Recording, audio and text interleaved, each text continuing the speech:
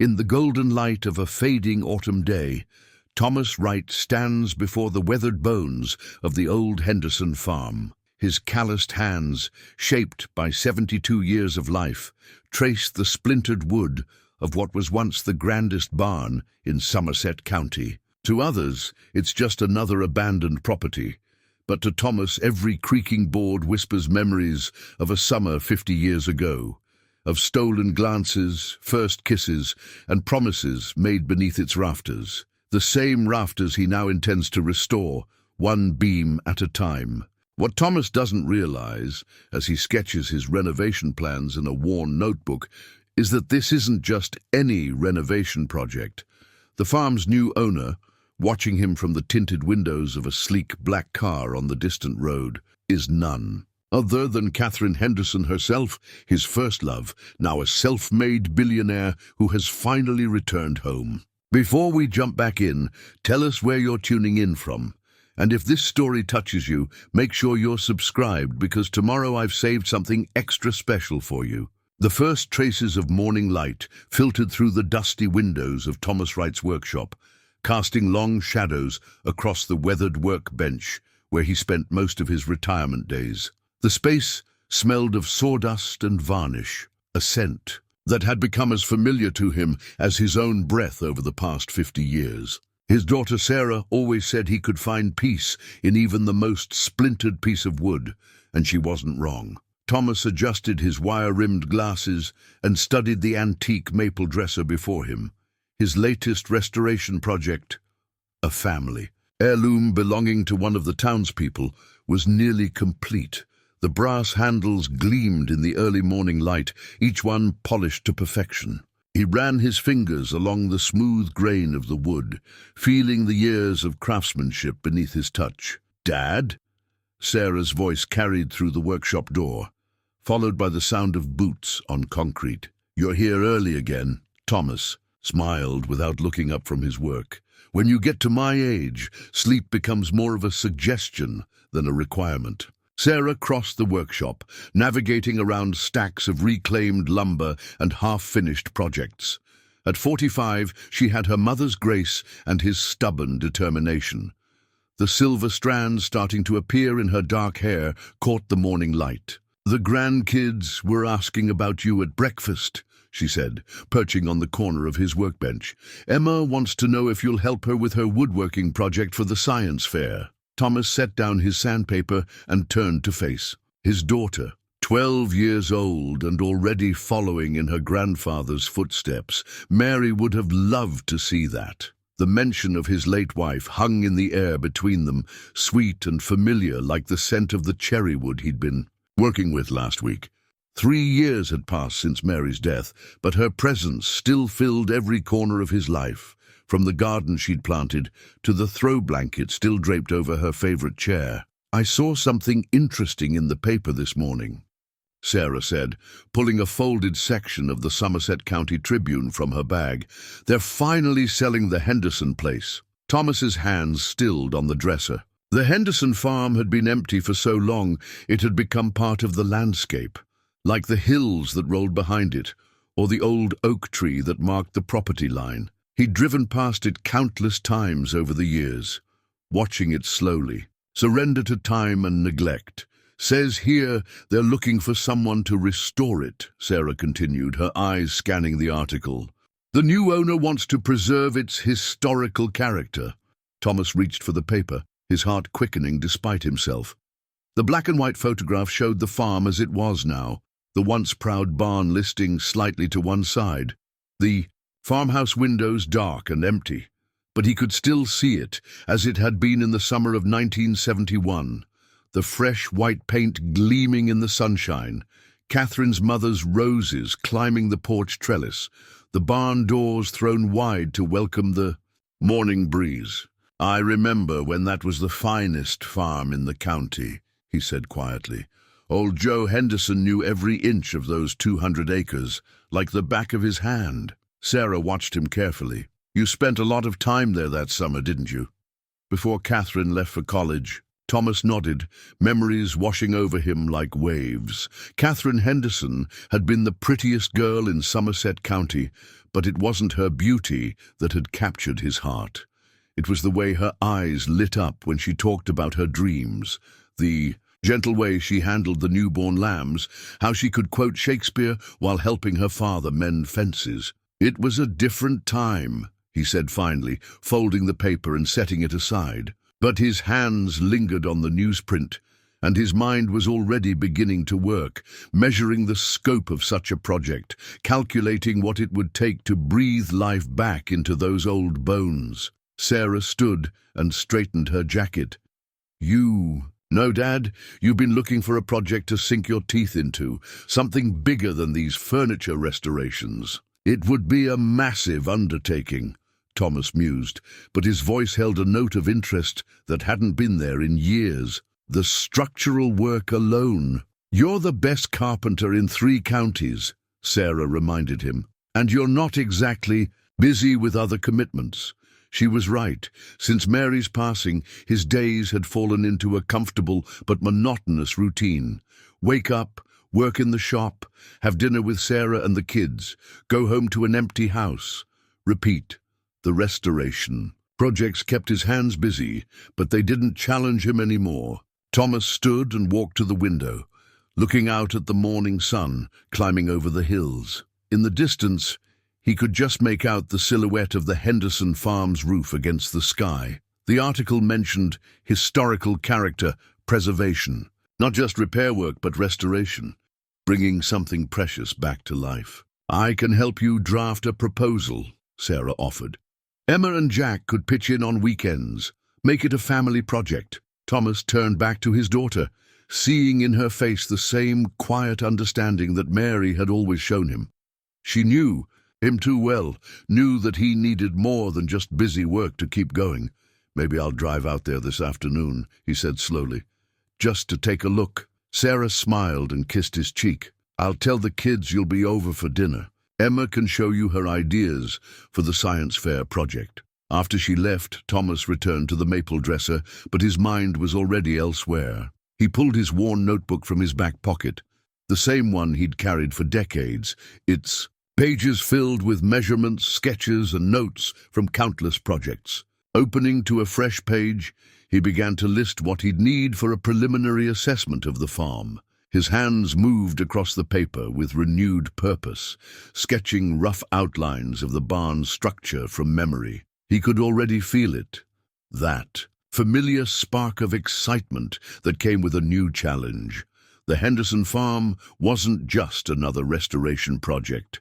It was a chance to preserve a piece of history, his history, and maybe in the process, find something he hadn't realized he'd been missing. Katherine Henderson stood at the floor-to-ceiling windows of her corner office, 52 stories above San Francisco's financial district. The morning fog was rolling in beneath the Golden Gate Bridge, shrouding the bay in a familiar gray blanket. Behind her, a holographic display showed the latest quarterly projections for Henderson Technologies, numbers that would make most CEOs dizzy with satisfaction. She absently touched the delicate gold locket at her throat, a habit she'd maintained for 5 decades. Inside, hidden from the glossy magazine photographers and tech journalists who regularly invaded her space, was a faded photograph of a farm in Somerset County and a young man with kind eyes and sawdust on his clothes. "Ms. Henderson?" Her assistant's voice came through the intercom. "The property documents you requested have arrived from Somerset County." Katherine pressed a button on her desk. "Send them in, Claire." The assistant entered with a manila envelope bearing the Somerset County clerk's seal. Katherine waited until she was alone before breaking the seal, her manicured fingers trembling slightly as she withdrew the deed to her childhood home. The Henderson farm, now legally hers again after 50 years.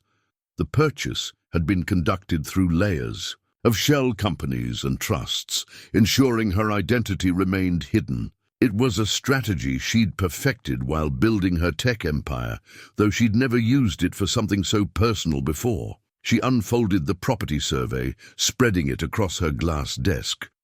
The drone photographs showed the decay of decades. The sagging roof, the weathered siding, the overgrown fields where her father's prize horses once grazed. But beneath the wear, she could still see the bones of the place where she'd first dreamed of changing the world. Her tablet chimed with an incoming video call from her head of research and development. Katherine minimized it without answering. Instead, she pulled up the local news feed from Somerset County that she'd been monitoring since arranging the purchase. The article about the restoration project had run that morning, exactly as she'd orchestrated. "Thomas Wright," she whispered, reading the comments section where locals were already speculating about who might take on the project. His name appeared repeatedly, mentioned as the only craftsman in the county skilled enough to handle such a restoration. Katherine sat in her ergonomic chair, designed by one of Silicon Valley's hottest furniture startups, and thought about the simple wooden bench Thomas had built for her father's barn. She'd spent countless summer evenings sitting on that bench, sharing her dreams with Thomas, while he listened with quiet intensity, offering insights that somehow always cut straight to the heart of things. Her computer pinged with another meeting reminder. The board was waiting in the conference room to discuss the company's expansion into artificial intelligence. Katherine Henderson, the Queen of Silicon Valley, as the tech press had dubbed her, was expected to chart the course for the next decade of digital innovation. But her mind was in Somerset County, wondering if Thomas still had those same gentle hands, if he still saw the possibility in broken things the way he had that summer. She'd followed his life from afar through the years, his marriage to Mary, the birth of his daughter, his growing reputation as a master craftsman. She'd even sent an anonymous donation to Mary's memorial fund 3 years ago, unable to acknowledge their connection even then. "Claire," she called through the intercom, "cancel my meetings for the next 2 weeks and have the jet prepared for tomorrow morning." "But Miss Henderson, the AI initiative—" "Can wait," Katherine finished firmly. "Send my apologies to the board. Tell them I'm pursuing a personal investment opportunity." After her assistant signed off, Katherine opened her private safe and removed a small, leather-bound journal. Its pages contained the real story of Henderson Technologies' rise, not the sanitized version she gave to biographers. She'd started it the day she left Somerset County, documenting every step of her journey, from a farm girl with big dreams to the architect of a digital revolution. The latest entry was from last night. "Bought the farm today. 50 years too. Late or exactly on time." Katherine moved back to the windows, watching the fog gradually lift to reveal the city below. She'd spent her life building things, companies, technologies, entire digital ecosystems, but she'd never restored anything, never looked back, only forward. Until now, the thought of Thomas working on the farm, unaware of her connection, made her chest tight with an emotion she hadn't allowed herself to feel in years. Would he recognize her hand in this? Would he understand why she'd left all those years ago, chosen ambition over love? Her tablet lit up with urgent messages from board members and department heads. Katherine Henderson's sudden unavailability would set the tech world buzzing with speculation. Let them talk. She'd earned the right to pursue this private passion. In Project, she carefully replaced the deed in its envelope, added it to her personal files, and began composing an email to her lawyer in Somerset County. The restoration needed to begin immediately, but delicately. The lawyer would serve as intermediary, maintaining her anonymity while ensuring Thomas had everything he needed for the project. "One beam at a time," she murmured, remembering Thomas's approach to every challenge. It was time to restore more than just a farm. The question was, after 50 years of building walls, was she ready to let them fall? Thomas pulled his old pickup truck onto the gravel drive of the Henderson farm.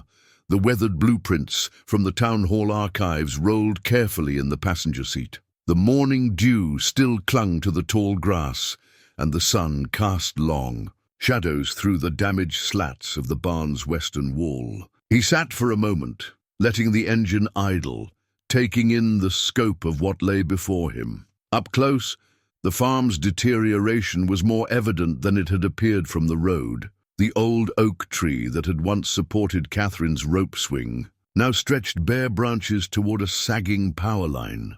The farmhouse's wraparound porch, where they'd spent countless evenings watching thunderstorms roll in across the fields, had partially collapsed on its southern corner. Something caught his eye near the barn entrance, fresh survey stakes with bright orange ribbons fluttering in the morning breeze. Someone had been here recently, preparing for the restoration. The lawyer's letter had mentioned that the new owner wanted to remain anonymous, which struck Thomas as odd, but not entirely unusual in these times. He gathered his tools, tape measure, level, notebook and camera, and approached the barn first.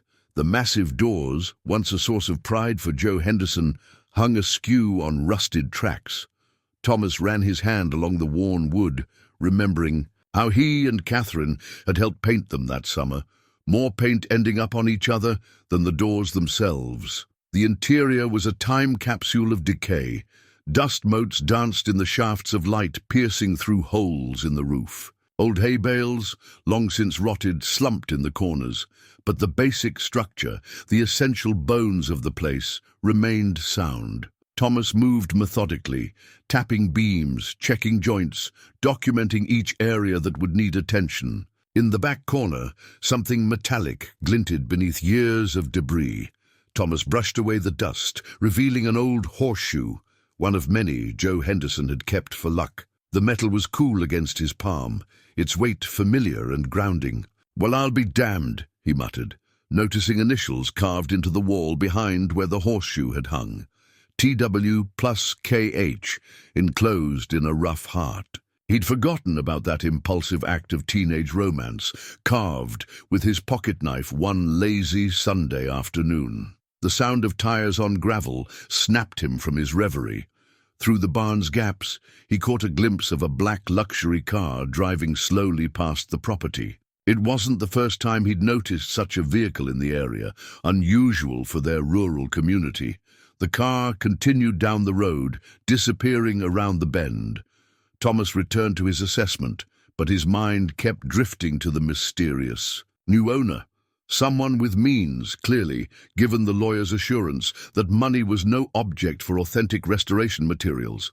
Someone who cared about preserving the farm's history rather than tearing it down for modern development. He worked until the afternoon light began to fade, filling pages of his notebook with measurements and observations. The project would be enormous, months of work at least, but standing there in the barn's familiar embrace, Thomas felt more alive than he had in years. This wasn't just another restoration job. This was a chance to rebuild something precious, to make whole something that time had tried to break. As he packed up his tools, a flutter of movement caught his eye. On the barn's upper level, where the hayloft door hung open to the evening sky, a barn owl watched him with solemn interest. Katherine had loved the owls that nested in the barn, had even named them. This one seemed to study Thomas with ancient wisdom, as if welcoming him back to a place he'd never truly left. "Don't worry," he told the owl, surprised by the thickness in his voice.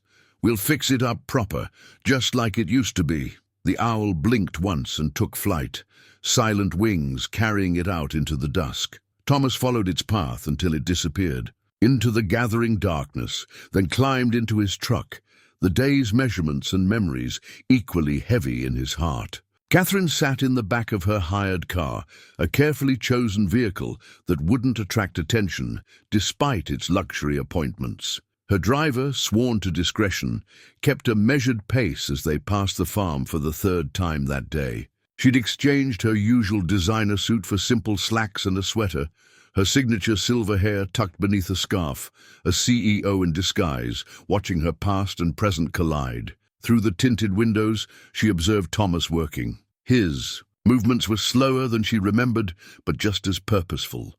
He still carried his notebook in his back pocket, still ran his hand along the wood grain as if reading Braille. The morning paper she'd carefully planted with the restoration notice had worked exactly as intended. "Another pass?" her driver asked quietly. Katherine shook her head. pulling out her tablet instead. The micro cameras she'd had professionally installed around the property, disguised as ordinary survey markers, transmitted real-time footage to her secure feed. She could watch Thomas work from any angle, yet somehow it wasn't enough. 50 years of building digital empires, and here she was, hungry for the simple sight of his hands, testing the strength of an old wooden beam. Her phone buzzed. The local lawyer she'd retained. "Ms. Henderson. He's been there all day, making detailed notes. From what I observed, he seems emotionally invested in the project." "Of course he is," Katherine murmured, more to herself than the lawyer. She watched through the camera feed as Thomas discovered their old initials carved in the barn wall. The way his fingers traced the faded heart made her own chest tighten. "Should I proceed with the formal offer?" the lawyer asked. Katherine hesitated. She'd orchestrated everything meticulously, the purchase through shell companies, the carefully worded restoration notice, the generous but not suspicious budget. One signature from Thomas, and the restoration would begin. But watching him now, seeing how the memories affected him, she wondered if she was being cruel. "Ms. Henderson."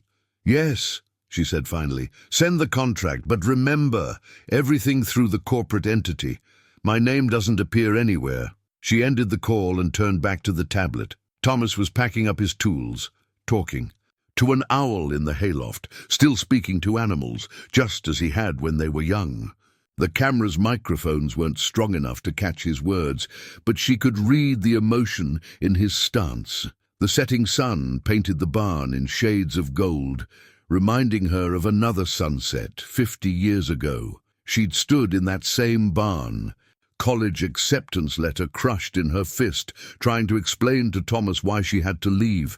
He'd listened quietly, supportively, even as she'd shattered both their hearts. "Take me back to the hotel," she instructed her driver. There was work to be done, documents to review, contracts to finalize, all the machinery of her carefully constructed plan to set in motion. But as the car pulled away, Katherine found herself opening the antique locket at her throat. The tiny photograph inside showed the farm in its glory days, and in the corner, barely visible, a young man with a carpenter's pencil behind his ear and dreams in his eyes. She'd carried this piece of him through boardrooms and billion-dollar deals, through marriages and divorces, through every triumph and failure. Now, watching his truck grow smaller in the distance, Katherine wondered if she was restoring the farm for its own sake, or for the chance to rebuild something far more precious. The contract would reach him tomorrow, and with it, the first real test of her plan. Would he recognize her hand in this, even hidden behind lawyers and corporate shields? The owl Thomas had spoken to swooped low over her car, a silent guardian of secrets old and new. Katherine touched the window glass, cool and separating like the years between them. Thomas arrived at the farm before dawn, his truck loaded with tools inherited from his father, tools that had built half the barns in Somerset County. The lawyer's contract had arrived yesterday, its terms almost too generous, carte blanche. For materials, no deadline pressures, complete creative control over the restoration process. Only one unusual stipulation: all communication would go through the lawyer and the owner would remain anonymous. He pulled out his father's old toolbox, its leather handle smooth from decades of use. Inside, each tool lay in its designated place: the hammer with the worn hickory handle, the folding ruler with brass hinges, the hand-planed chisel still sharp enough to shave with. These weren't just tools, they were a heritage, a connection to every craftsman who'd come before him. "Look what we've got ourselves into, old friend," he muttered, lifting out the hammer. Its weight felt right in his hand, like shaking hands with an old friend. The morning unfolded with the methodical rhythm that had guided his work for half a century.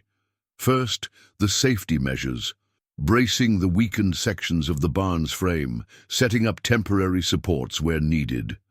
Every groan of the timbers spoke to him, telling stories of stress and strain, of years bearing weights they were never meant to carry. Sarah arrived mid-morning with coffee and his grandchildren in tow. Emma, 12 and already showing signs of his craftsmanship genes, immediately began examining the barn's massive support beams.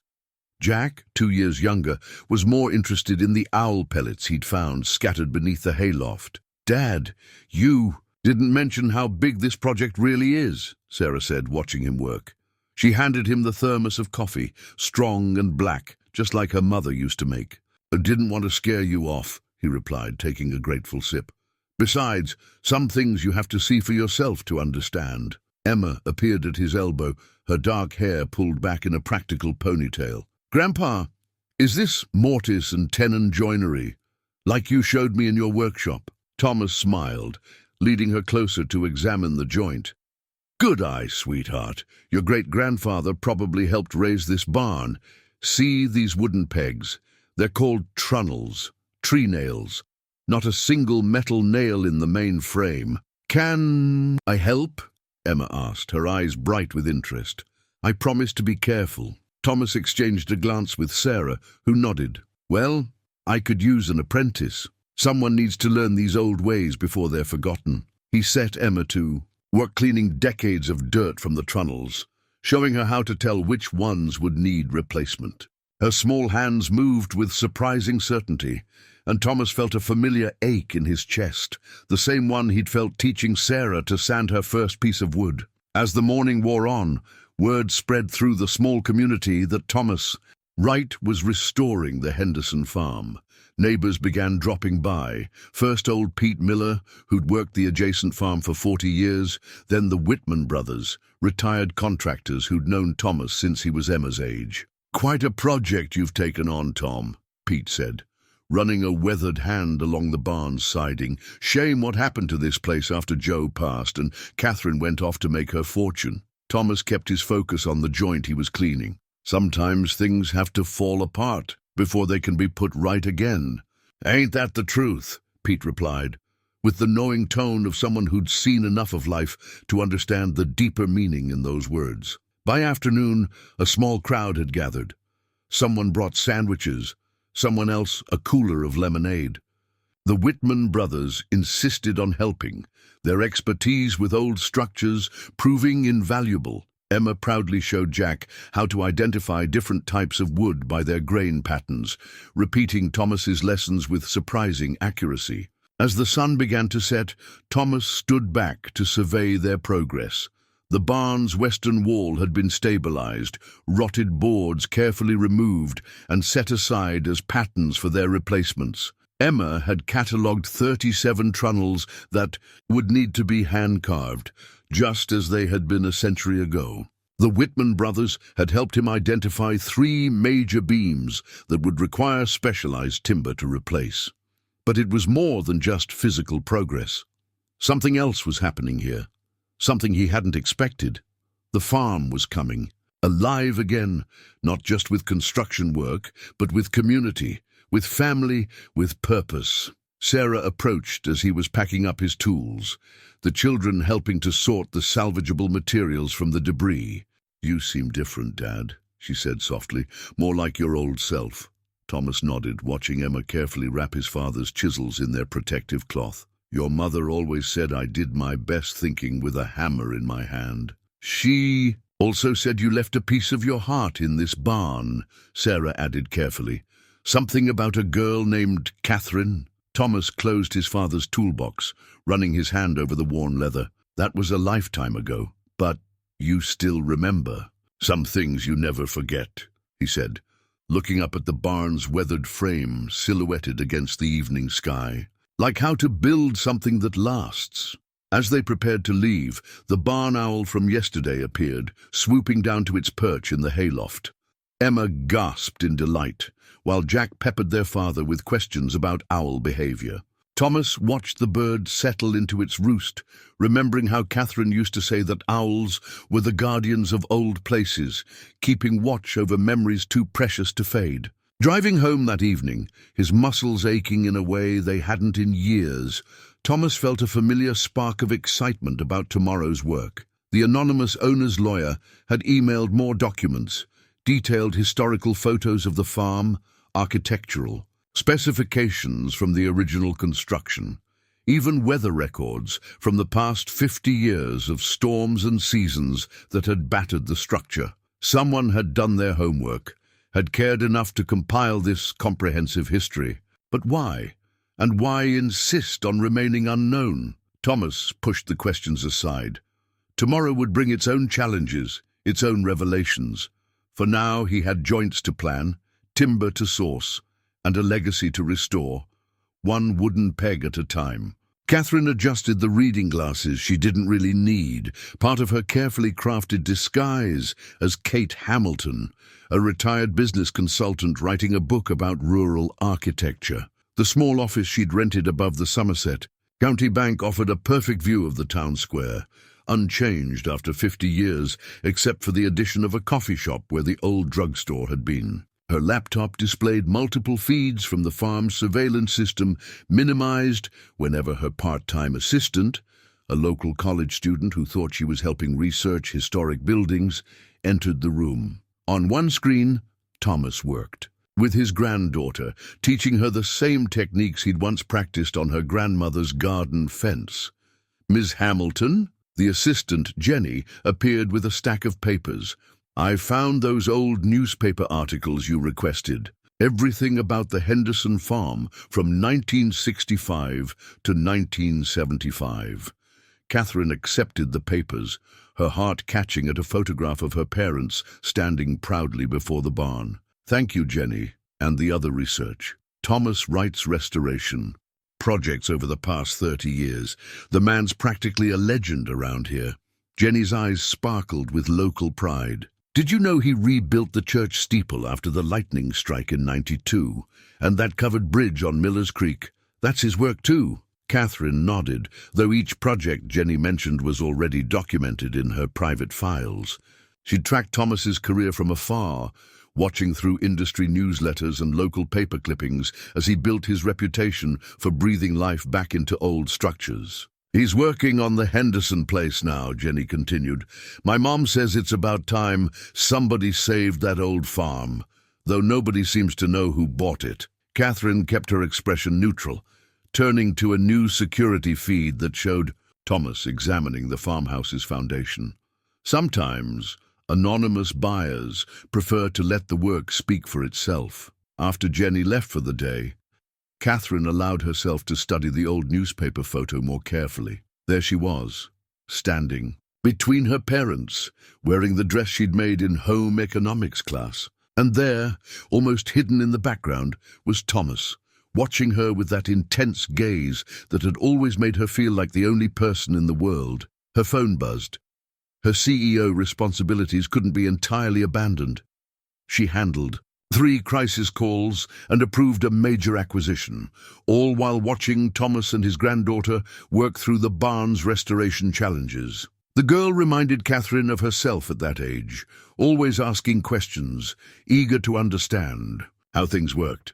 She found herself smiling as Thomas demonstrated proper chisel technique, using the same patient tone he'd once used to teach Katherine about wood grain and stress points. Around noon, she pulled on her sun hat, another part of her disguise, and walked to the new coffee shop. The owner, Betty, had already learned her preferred order: black coffee, no sugar. "Saw you watching the square this morning," Betty said as she poured the coffee. "Quite a change from Silicon Valley, I'd imagine." Katherine stiffened slightly before remembering her cover story included a stint in California. "Small towns have their own charm." "That they do." Betty leaned in conspiratorially. "Though between you and me, we get some interesting visitors lately. Just last week, a fancy lawyer from the city was asking all sorts of questions about the Henderson farm."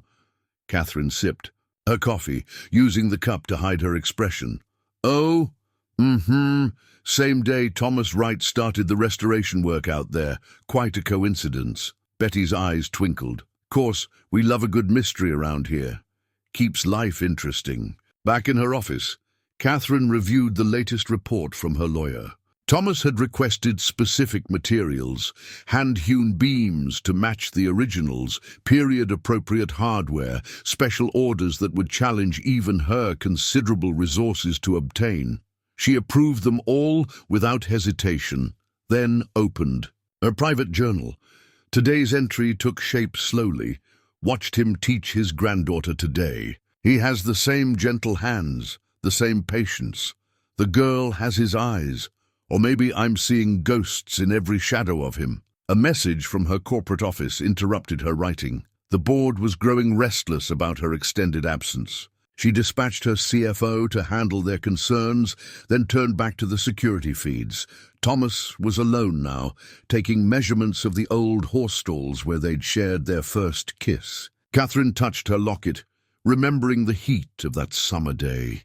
The smell of fresh-cut hay, the way Thomas had tucked a wildflower behind her ear before leaning in. She'd kept that dried flower pressed in her diary all through college, through her first startup, through every milestone that took her further from Somerset County. The afternoon sun slanted through her office window, casting long shadows across her desk.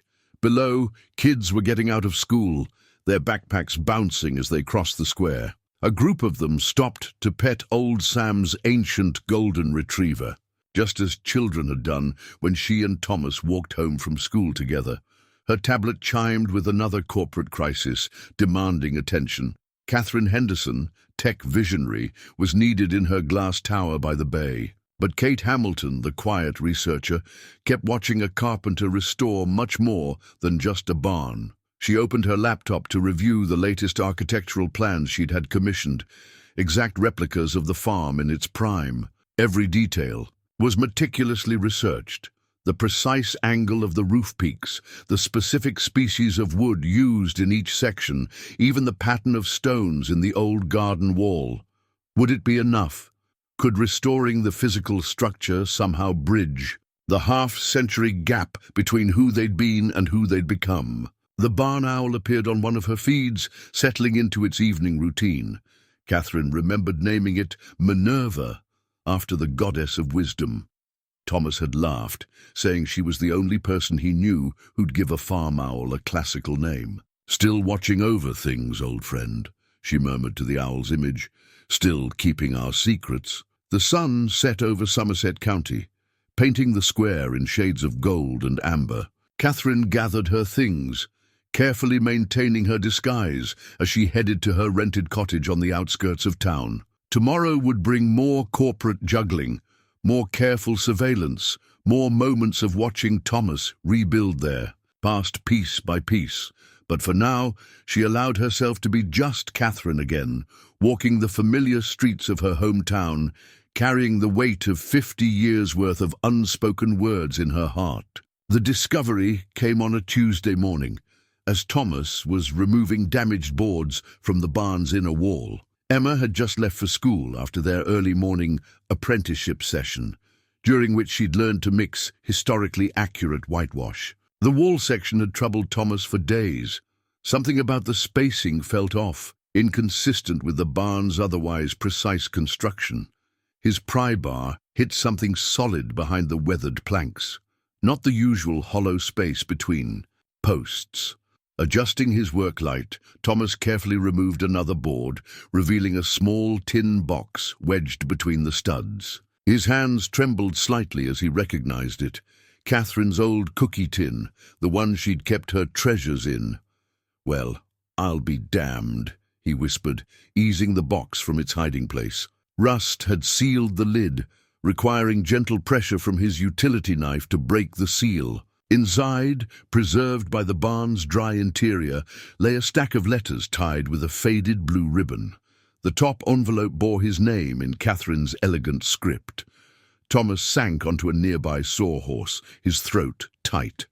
He recognized the paper, the expensive stationery she'd bought for college applications, but he'd never seen these letters, never known they existed. With fingers that had aged 50 years since their writing, he carefully untied the ribbon. The first letter was dated September 15th, 1971, 2 weeks after Katherine left for college. "Dearest Thomas, I've written this letter a dozen times in my head during the long drive to California. The campus is enormous, overwhelming. Everything. Somerset County isn't.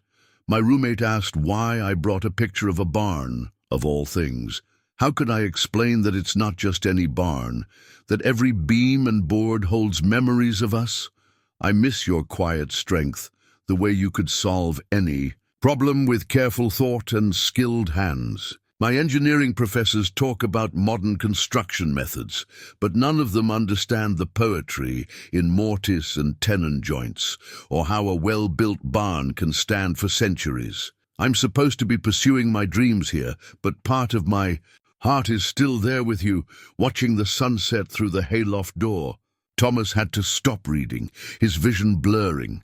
He remembered that sunset, the last one they'd shared before she left.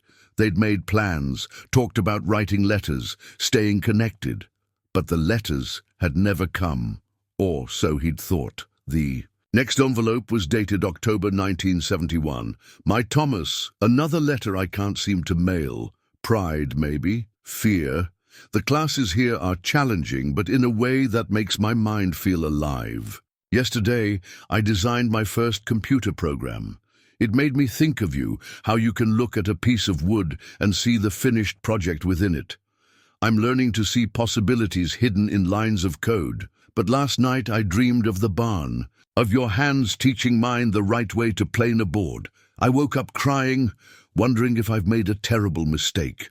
There were more letters, dozens of them, spanning that entire first year. Each one revealed Katherine's struggles with her decision, her growing success in her studies, and her undimmed feelings for him. The final letter, dated August 1972, was tear-stained. Dearest Thomas, this will be my last letter, though like the others, it will never reach you. I saw the announcement of your engagement to Mary in the Somerset County Tribune that Mom sent. The article mentioned you're taking over your father's construction business, building a life there, exactly as you always planned. I should feel heartbroken, but instead I feel something like peace. You were always the steady one, the one who knew exactly who you were and what you wanted. I'm still searching, still reaching for something I can't quite name. I'm hiding these letters in our barn, in the wall we repaired together that summer. Maybe someday, when I've built something worthy of your craftsmanship, I'll come back.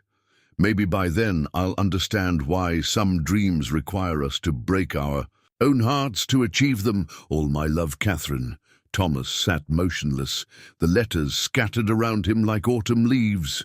Somewhere above, the barn owl shifted in its perch, a quiet witness to past and present merging. Each letter was a piece of Katherine he'd never known, a window into her heart during that pivotal year when their paths had diverged. He thought of Mary, his wife of 47 years, who had known about Katherine and loved him anyway. Sometimes, she told him once, the loves we lose shape us as much as the loves we keep. The morning light shifted, finding its way through gaps in the barn's weathered skin. Thomas carefully returned the letters to their tin, his carpenter's mind already planning a better preservation solution. These weren't just letters anymore, they were part of the barn's history, part of its story. His phone buzzed, a text from Emma asking if they could continue work on the whitewash formula after school. Thomas smiled, thinking how time spiraled rather than flowed, bringing him full circle to teach another generation the skills Katherine had once admired. He placed the tin carefully in his truck's lockbox, then turned back to the barn wall. The gap where he'd found the letters needed repair, but he'd do it differently now. He'd create a proper time capsule space, sealed against the elements, preserving these memories for some future generation to discover. The lawyer's number appeared on his phone, probably another check-in about materials or progress. Thomas let it go to voicemail, needing time to steady his hands, to reconcile the Katherine of these letters with the bright, ambitious girl who'd left Somerset County to pursue her dreams. He picked up his hammer, its familiar weight anchoring him in the present. The barn needed him, needed his focus and skill. Yet with each blow, each measured movement, he felt Katherine's presence more strongly than ever, as if the letters had somehow awakened the sleeping memories in every beam and board. Above him, dust motes danced in the sunlight, looking for all the world like the tears of a young girl writing letters she'd never send, to a boy who would wait 50 years to read. Them. Katherine paced her rented office, watching the security feeds with growing agitation. She'd seen Thomas discover the letters, watched him read each one, observed every subtle change in his expression. Now, her most private thoughts, the ones she'd never had the courage to send, were in his hands. "Miss Hamilton?" Jenny knocked softly. "The Architectural Salvage Company is on the phone. They've found period-correct hardware for the barn doors." Katherine composed herself, switching screens to display old barn photographs. "Thank you, Jenny. I'll take it in a moment." She watched her assistant leave before turning to the phone. "Kate Hamilton speaking." The salvage dealer launched into a detailed description of hand-forged hinges and latches from a contemporary barn in Pennsylvania. Katherine approved the purchase immediately, adding them to the growing collection of historically accurate materials she'd been quietly stockpiling. Her tablet lit up with a message from her corporate office. Another acquisition opportunity, another crisis requiring the CEO's attention. She handled it with practiced efficiency, all while watching Thomas carefully pack away her old cookie tin in his truck. The afternoon brought a steady stream of deliveries to the farm: lumber, tools, specialized equipment. She'd arranged it all through her lawyer, each item chosen with intimate knowledge of what the restoration required. From her window, she could see Thomas's truck heading into town, probably to secure the letters somewhere safe. Her fingers found the locket at her throat, opening it to reveal the tiny photograph inside. The same barn, 50 years younger, with a young couple sitting on its roof during a meteor shower. She remembered Thomas pointing out constellations, his voice soft in the summer darkness. "Miss Hamilton," Jenny appeared again. "The Historical Society called. They found more photographs of the farm, including some construction documents from 1875. "Excellent." Katherine turned from the window. "And the other matter?" Jenny handed her a folder. "Thomas Wright's current restoration schedule based on the work patterns we've observed. Also, his granddaughter Emma has been helping most mornings before school. She's quite talented, according to local gossip." Katherine smiled, remembering her own early attempts at construction under Thomas's patient guidance. "Thank you, Jenny. That will be all for today." Alone again, Katherine opened her corporate laptop, her personal tablet and her leather-bound journal. In one window, quarterly projections demanded attention. In another, live feeds showed the barn standing empty, waiting for tomorrow's work. In her journal, she began to write, "He found the letters today. Watched him read words I wrote half a century ago, saw them hit him like physical blows. Was I cruel to hide them there? Crueler still, to orchestrate their discovery now?" A notification popped up, her lawyer reporting that Thomas had requested information about the original paint colors used on the barn doors. Katherine had that information ready, had prepared detailed historical documentation for every aspect of the restoration. She'd spent years quietly collecting it all, even before she'd bought the farm. She opened a secure folder on her laptop, displaying her most recent corporate achievements. The tech press called her a visionary, praised her ability to see future trends and position her company accordingly. But none of them knew that every major innovation she'd developed had started with principles she'd learned in that barn.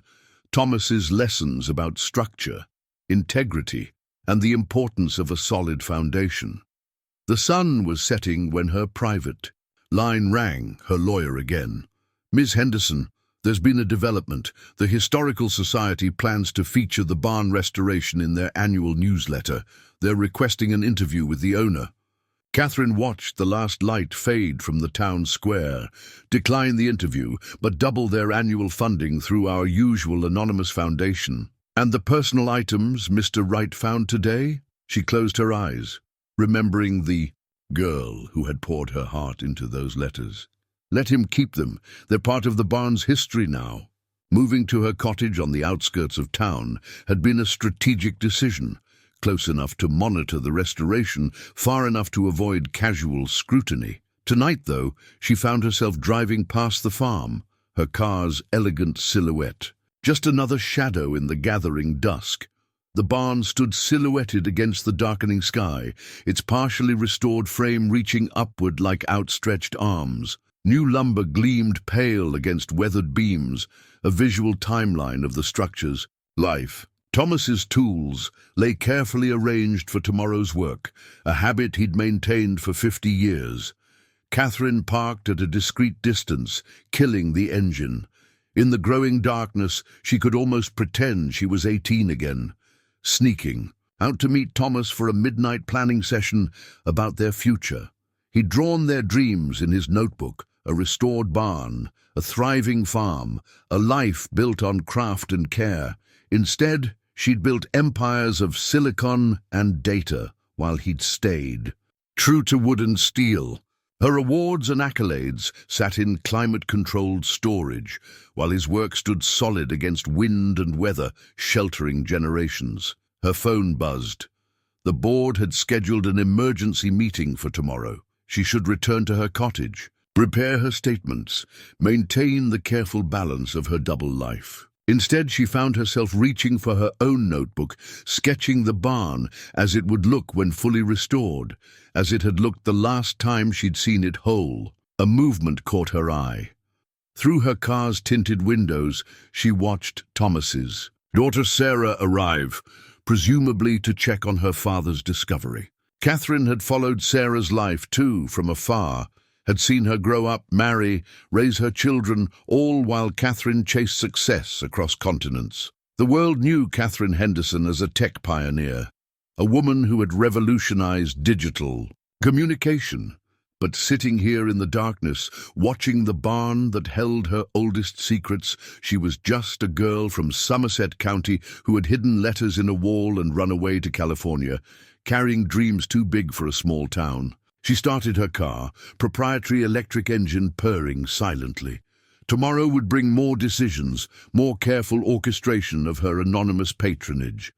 The restoration was proceeding exactly as she'd planned, every detail perfect, every element historically accurate, everything except the truth she still couldn't bring herself to reveal. Sarah was sorting through her father's newly discovered letters at their kitchen table, when recognition struck like lightning. She'd seen that handwriting before, just last week, on a historical document request form at the county clerk's office, where she worked. The signature had read Kate Hamilton, but the distinctive curl of the K and the slanted T's were unmistakable.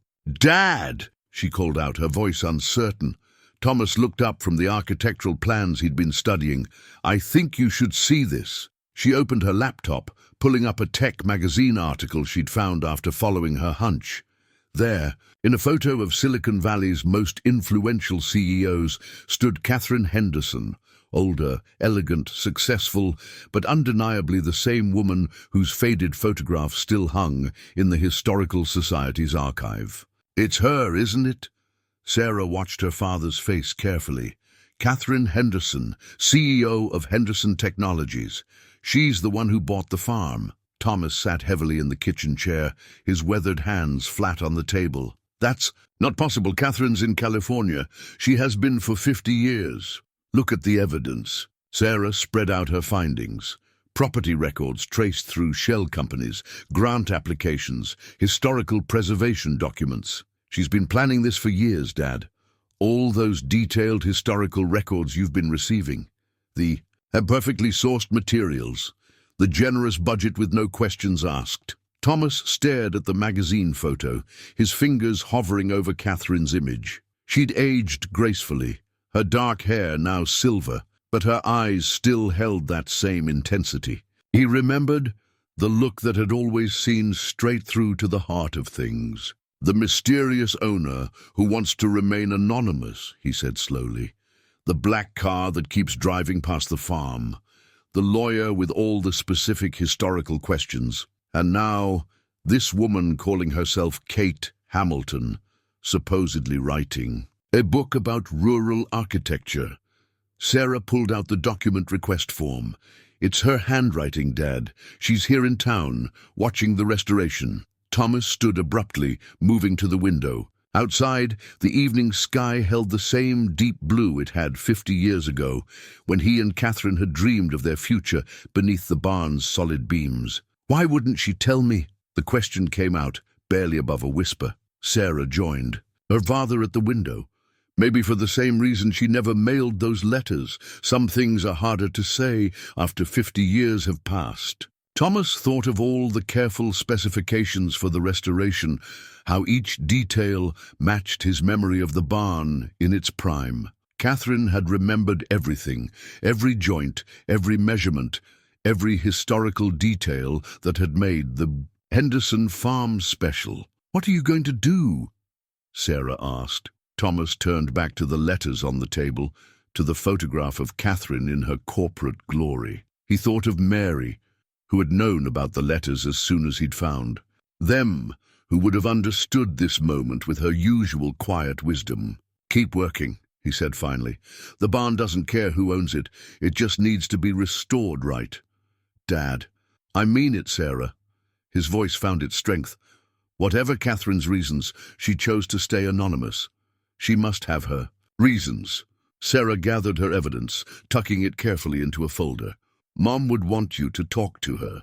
"Your mother," Thomas said, managing a smile, "would tell me to finish the job first, to show Katherine that her faith in my work was well placed." But after Sarah left, Thomas sat alone in his darkening kitchen, surrounded by the ghosts of words, written but never sent, of dreams deferred but never forgotten.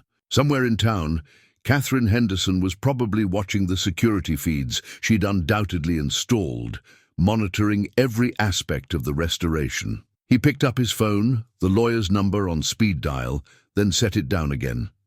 Some conversations needed to happen face to face when the time was right.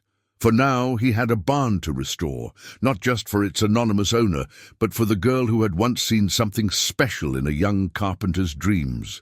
Katherine knew the moment her carefully constructed facade crumbled.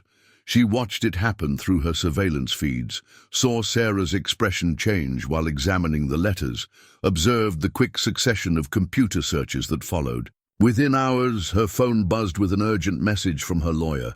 "Ms. Henderson, we may have a situation." She muted her ongoing board meeting video call without explanation. "What kind of situation?" "Sarah Wright, Thomas's daughter. She works at the county clerk's office. She's been connecting the dots. Property records, shell companies, your handwriting on recent documents." Katherine closed her eyes, remembering another strong-willed young woman who had once prided herself on solving complex puzzles. And Thomas? She showed him everything this evening. Magazine photos, corporate profiles, the documentation trail. "He knows you're here in town." The elegant office she'd created above the bank suddenly felt suffocating. Katherine moved to the window, watching the last customers leave the coffee shop below. Her tablet continued streaming footage from the farm. Thomas, standing alone in his kitchen, holding one of her letters, looking somehow both older and exactly as she remembered. "What do you suggest?" the lawyer asked when her silence stretched too long. Katherine touched her locket, feeling the weight of 50 years pressing against her throat. "Nothing. We proceed as planned." "But Miss Henderson, he knows I'm here. He knows I'm watching, and he's still working." She studied the feed, showing the barn's partially restored frame. "Thomas understands craftsmanship better than anyone. He'll finish the job properly, regardless of who's paying for it." After ending the call, Katherine opened her private photo album. Among the corporate achievements and tech innovations was a photograph she'd never shared with any biographer. A young woman in overalls, helping a young man repair a barn door. They were both laughing, covered in paint, unaware their time together could be measured in mere weeks. Her corporate tablet chimed with urgent messages. The board was waiting, deals needed closing. The tech empire she'd built required constant attention. But for the first time in decades, Katherine Henderson found herself unable to focus on the future she'd chosen. She switched surveillance feeds, watching Thomas climb into his truck. He sat there for a long moment, then pulled out his phone. Her lawyer's number was still on the screen. Like her, he chose not to make the call. The sun had set by the time Katherine left her office, but instead of returning to her rented cottage, she found herself driving toward the farm. Thomas's truck was gone, the property dark except for the security lights she'd had installed. She parked in her usual observation spot, but tonight she stepped out of the car. The grass was wet with evening dew as she walked toward the barn, her designer boots ill-suited for the terrain. The restored section gleamed pale in the darkness, Thomas's craftsmanship evident in every joint and beam. A familiar shape swooped overhead, the barn owl, still keeping watch after all these years. Katherine smiled, remembering how Thomas had built it a nesting box that summer, insisting that every barn needed its guardian spirit. "He still loves this place," she whispered to the owl, "as much as I do. Maybe more, because he never left it behind." Her phone buzzed. Another corporate crisis. Another decision only CEO Katherine Henderson could make. But standing here in the darkness, breathing in the scent of new lumber and old memories, she was just Katherine, the girl who had written love letters and hidden them in a wall. Tomorrow, she would return to being Kate Hamilton, the mysterious researcher. She would watch Thomas work through her surveillance feeds, direct her lawyer to provide whatever the restoration required, maintain the careful distance she'd constructed. But for now, she placed her hand on a beam Thomas had recently replaced, feeling the solid craftsmanship beneath her fingers. He'd always known how to build things that would last.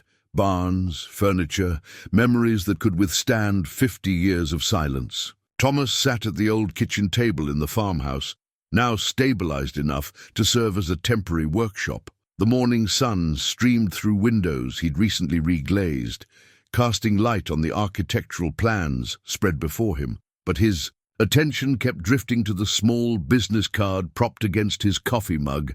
Kate Hamilton, architectural historian. Sarah had found it at the county clerk's office, left behind after one of Katherine's visits.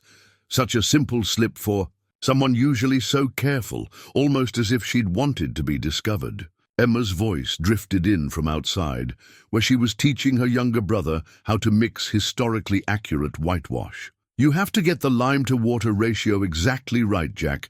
Grandpa says every detail matters." Thomas smiled despite his preoccupation. His granddaughter had absorbed more than just construction techniques over the past weeks. She'd inherited his attention to detail, his respect for doing things properly. The barn's restoration was proceeding better than he'd dared hope. Every morning brought new materials, each exactly matching the original specifications. Katherine's lawyer had approved every request, no matter how obscure or expensive. Now he understood why. She'd been preparing for this for years, collecting historical records, sourcing period-appropriate materials. He stood and moved to the window, watching his grandchildren work. The barn's skeleton rose behind them, half restored to its former glory. New beams married seamlessly with old ones, thanks to traditional joinery techniques that Katherine had once watched him practice on smaller projects. "You've got company, Dad," Sarah called from the driveway. A sleek black car was approaching, the same one he'd noticed watching the property over the past weeks. Thomas's heart quickened, but the car didn't turn in. It passed slowly, sunlight reflecting off tinted windows. He caught a glimpse of silver hair behind the wheel. Katherine, making her daily inspection tour. "Should I say something?" Sarah asked, joining him at the window. "I could easily arrange a casual meeting at the clerk's office." Thomas shook his head, turning back to his work. "If Katherine wanted to talk, she knows where to find me." But his hands betrayed him, trembling slightly as he measured the angle for a replacement rafter. The barn owl watched from its restored nesting box, head tilted as if sharing his confusion. "Mom would tell you to stop being so stubborn," Sarah said softly. "She always said you two were more alike than different, both too proud to make the first move." Thomas ran his hand along a newly installed beam, feeling the smooth perfection of the craftsmanship. "Your mother also said some things need to be rebuilt from the ground up. Can't rush a proper restoration. And is that what you're doing? Restoring?" The question hung in the air like sawdust in sunlight. Through the window, Thomas could see Emma demonstrating proper brush technique to Jack, her movements precise and confident. 3 generations of builders, each adding their own mark to the story of this place. He picked up Catherine's business card, turning it over in his calloused hands. On the back, in her distinctive handwriting, was a note he hadn't shown Sarah. Some dreams take longer to build than others. The morning light caught the new weather vane he'd installed yesterday, an owl in flight, crafted by hand to match the one that had graced the barn in 1971. He'd found the original designs in the latest batch of historical documents, Catherine's. Teenage sketches preserved with architectural precision. "I need to finish the hayloft today," he said finally. "The support beams are ready for installation." Sarah recognized the gentle dismissal in his tone. She squeezed his shoulder before heading out to check on her children. Through the window, Thomas watched her stop to examine Emma's whitewash. Work, offering the same encouragement Catherine's mother had once given them. He turned back to the architectural plans, but his eyes kept drifting to the business card. Katherine was out there, watching through her sophisticated security systems, directing her lawyer, orchestrating every detail of this restoration from behind her careful walls. The barn owl swooped down from its perch, gliding silently past. The window. Perhaps it was time to remind Katherine that some things couldn't be managed from a distance, that true restoration required more than just money and materials. Thomas picked up his pencil, adding another note to his material request list. At the bottom, in clear carpenter's script, he wrote, "The original kitchen table needs work.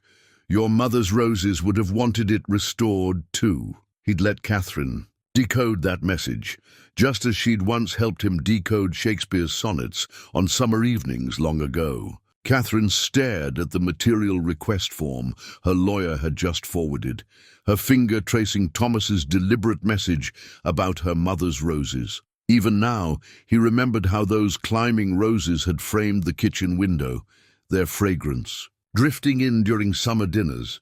"Ms. Henderson?" Her tablet displayed her CFO's concerned face. "The board is requesting an emergency meeting. Your extended absence and recent distraction have become serious issues." Katherine touched the locket at her throat, feeling the weight of 2 worlds colliding. "Schedule it for tomorrow morning and prepare the succession documents we discussed." "Succession? But surely—" "I've spent 30 years building this company, Michael. Perhaps it's time to build something else." After ending the call, Katherine opened the secure folder containing her personal contingency plans. For 3 decades, she'd prepared for every corporate scenario, every market shift, every technological disruption, but she'd never planned for the moment when her past and present would demand a choice. Her office above the bank offered a clear view of Thomas's truck pulling into the hardware store across the square. She watched him select supplies, his movements still purposeful and precise. His granddaughter, Emma, she reminded herself, savoring. The name trailed behind him, asking questions Katherine could almost hear across the distance. "Ms. Hamilton," Jenny appeared with a stack of preservation documents. "I've finished organizing the historical records you requested, and—" She hesitated. "There's something you should see." Katherine turned from the window. "Yes?" "The Historical Society's newsletter. They've featured the barn restoration." Jenny handed her a printed copy. "They're calling it a love letter to Somerset County, all about how Thomas Wright is restoring more than just a building."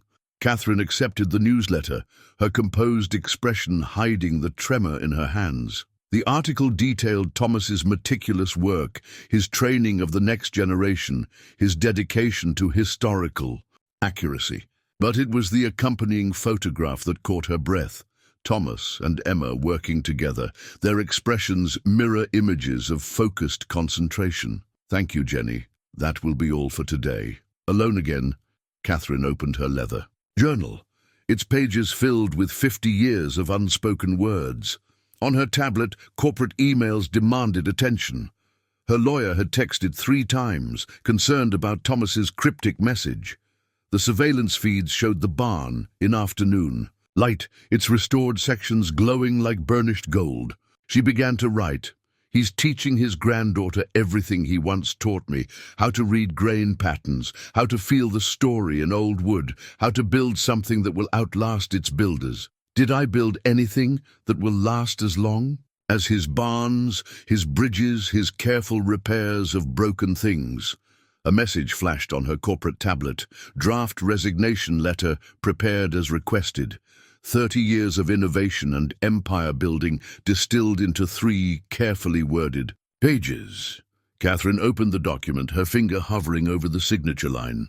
The town square was quiet now, afternoon shadows lengthening across cobblestones that had witnessed 50 years of comings and goings. She thought of her mother's roses, how they had persisted long after the garden fell to neglect. Their wild descendants still reaching for the kitchen window. Katherine picked up her phone, dialing her lawyer. The kitchen table he mentioned. Have it moved to the barn tomorrow morning. And, she steadied her voice, cancel my flight back to California. Ms. Henderson, are you sure? She looked at the photograph in the newsletter, at the way Thomas handled each piece of history with reverence and care. Some things can't be managed from a distance anymore. After ending the call, Katherine packed away her Kate Hamilton disguise, the reading glasses, the research notes, the careful fiction she'd constructed. From her safe, she retrieved a small box containing items she'd never shown her corporate biographers, a carpenter's pencil, a faded ribbon, a sketch of a barn drawn by teenage hands. The sun was setting when she finished her resignation letter. The same golden light that had illuminated so many summer evenings in the barn. She thought of Thomas's message about the kitchen table, understanding its deeper meaning. Some things needed more than just restoration. They needed reconciliation. Tomorrow, Katherine Henderson would step out of the shadows, leaving behind both her corporate armor and her researcher's disguise. She would face Thomas as herself, carrying 50 years of achievements and regrets, of dreams built and dreams deferred. The barn owl glided past her window, a silent reminder that some things remained constant despite time's passage. Katherine touched her mother's locket one last time, then began composing an email to Thomas's lawyer, her last communication through intermediaries. It contained just one line. The roses always bloomed best when you helped tend them. Thomas arrived at the barn earlier than usual, drawn by the lawyer's cryptic message about a special delivery. The morning mist still clung to the fields when he saw it, his mother's kitchen table restored to its proper place in the barn's front section. The same table where Katherine's family had shared countless meals with his, where young hands had learned to shape wood and dreams together. He ran his hand along the familiar surface, noting the expert restoration work. Every scratch, he remembered, had been carefully preserved while the structure was reinforced, exactly as he would have done it himself. You always said the grain pattern in this oak was like flowing water. The voice behind him was different, deeper, shaped by decades of corporate boardrooms, but still unmistakably Katherine's. Thomas turned slowly, his heart hammering against his ribs. She stood in the barn doorway, silhouetted by the rising sun. Gone were both the disguise of Kate Hamilton and the corporate armor of Katherine Henderson. She wore simple clothes, a sweater, jeans, work boots, as if ready to help with the day's restoration work. 50 years, Thomas said quietly. And you still remember that? I remember everything. Katherine stepped into the barn, her fingers finding her locket. Every lesson about wood and work, every dream we planned at this table, every reason I left and every reason I almost stayed. The barn creaked gently around them, morning light filtering through the restored roof beams. Above, the owl shifted in its nesting box, a familiar witness to their reunion. Why all the secrets? Thomas asked, his voice rough with emotion. The anonymous owner, the disguise, the surveillance. Katherine moved closer, close enough that he could see the years mapped in fine lines around her eyes, the silver of her hair catching the morning light. Because I didn't know how to be Katherine Henderson, and that farm girl from Somerset County at the same time, because success meant leaving everything behind, even the parts of myself I loved most. And now, she reached into her pocket, withdrawing a folded paper. My resignation as CEO, signed and delivered this morning. Her hand trembled slightly as she placed it on the kitchen table. It turns out you can spend 50 years building an empire and still miss the feel of barnwood under your fingers. Thomas studied her face, seeing both the girl he'd loved and the woman she'd become. The restoration plans. You'd been preparing them for years, hadn't you? Since Mom died and the farm went up for sale. I bought it through shell companies, collected every historical document, every photograph. Catherine's voice caught.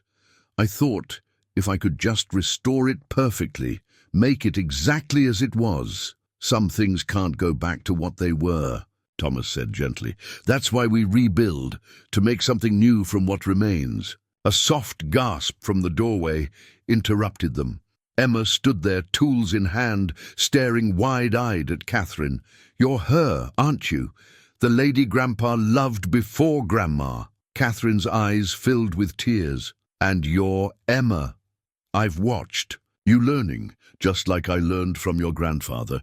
You have his hands, carpenter's hands. The girl moved forward, curious rather than shy. Did you really help build the original barn door, the one we're using as a pattern? I helped paint it. Katherine smiled through her tears.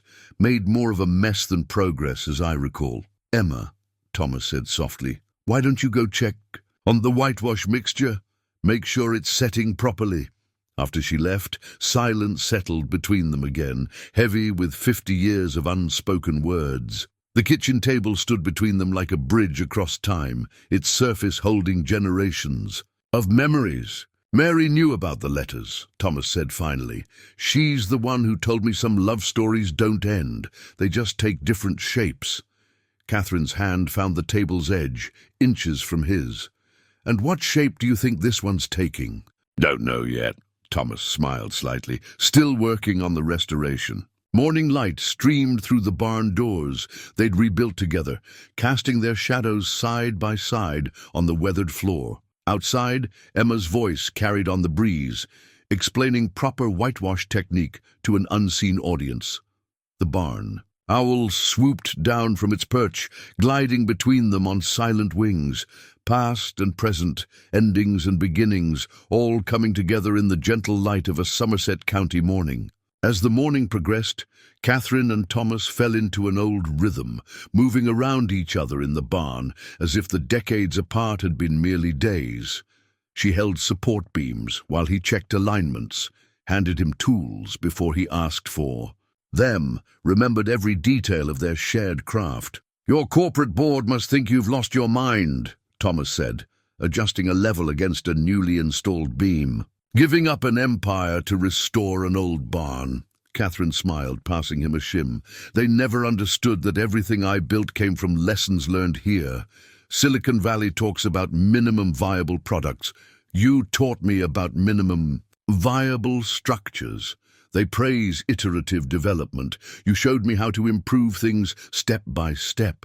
Outside, Emma's voice carried through the open doors as she explained proper joint techniques to her brother. Local residents had begun gathering at the property's edge, drawn by the sight of the mysterious owner finally revealed. I watched Mary's funeral online, Katherine said softly, her hand resting on the kitchen table. Wanted to come, but you were still hiding.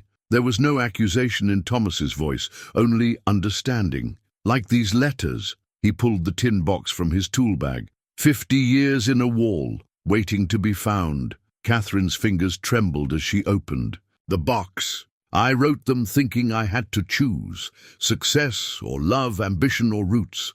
Took me 50 years to realize the flaw in that thinking. And what was that? The strongest structures, she said, meeting his eyes, have both a solid foundation and room to grow.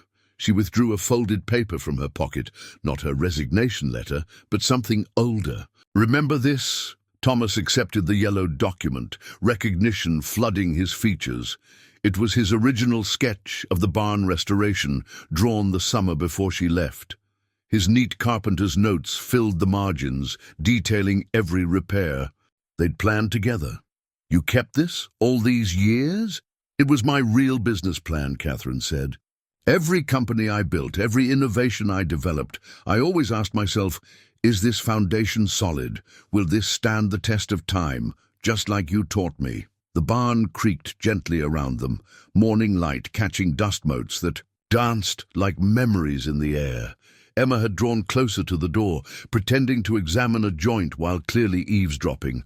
Her presence reminded them both of time's passage and its gifts. "She's like you were at that age," Katherine observed, "asking the right questions, seeing how things fit together."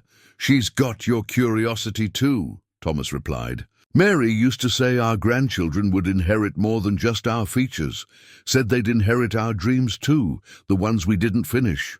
Katherine moved to the barn door, looking out over the property she'd bought to rebuild more than just a structure. The rose bushes she'd had planted near the kitchen window were just beginning to take root, cuttings from the original plants, carefully preserved by a local gardener. "I'm not asking for what we had before," she said finally, turning back to Thomas. "We're different people now, but maybe we can build something new," Thomas finished, "using the old foundation." Their eyes met across the sunlit space, half a century of choices and chances hanging between them. Then Emma's voice broke the moment. "Grandpa, the timber deliveries. Here, and they've brought the special oak you requested." Thomas smiled.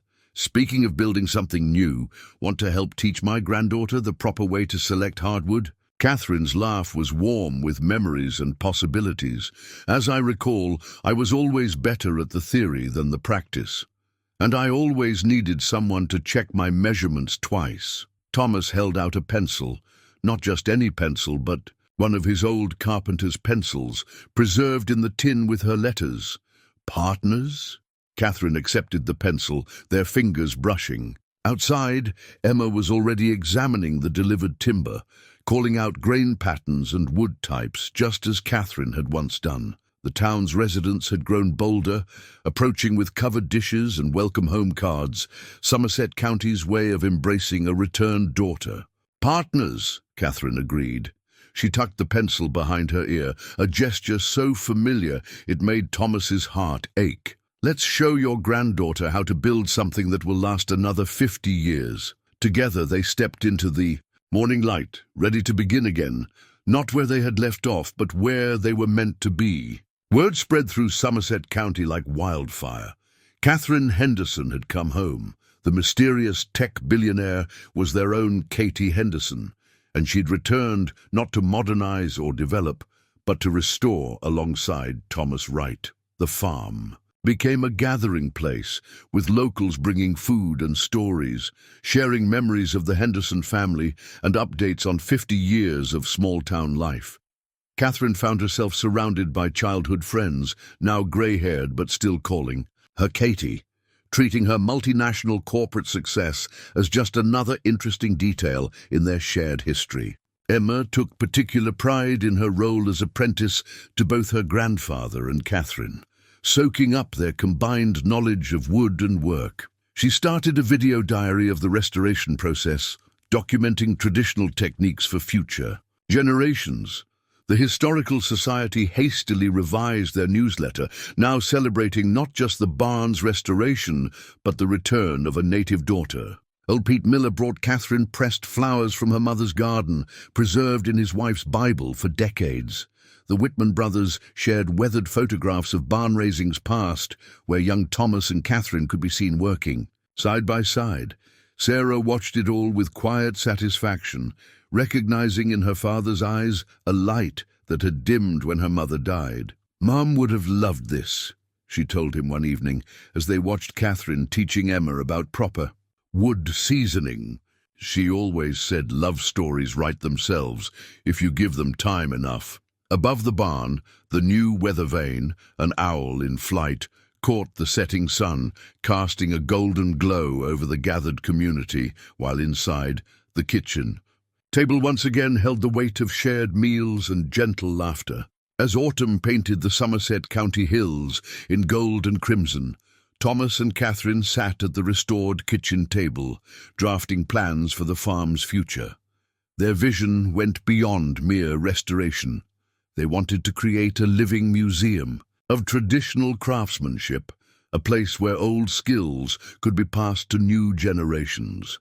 Emma had already recruited classmates for weekend workshops, her enthusiasm for woodworking spreading through the local school. Katherine's tech industry connections brought unexpected opportunities, with universities expressing interest in documenting traditional building techniques before they were lost to time. "We could use the lower field for a proper teaching space," Thomas said, sketching on his ever-present notebook. "Traditional timber framing, joinery, even blacksmithing."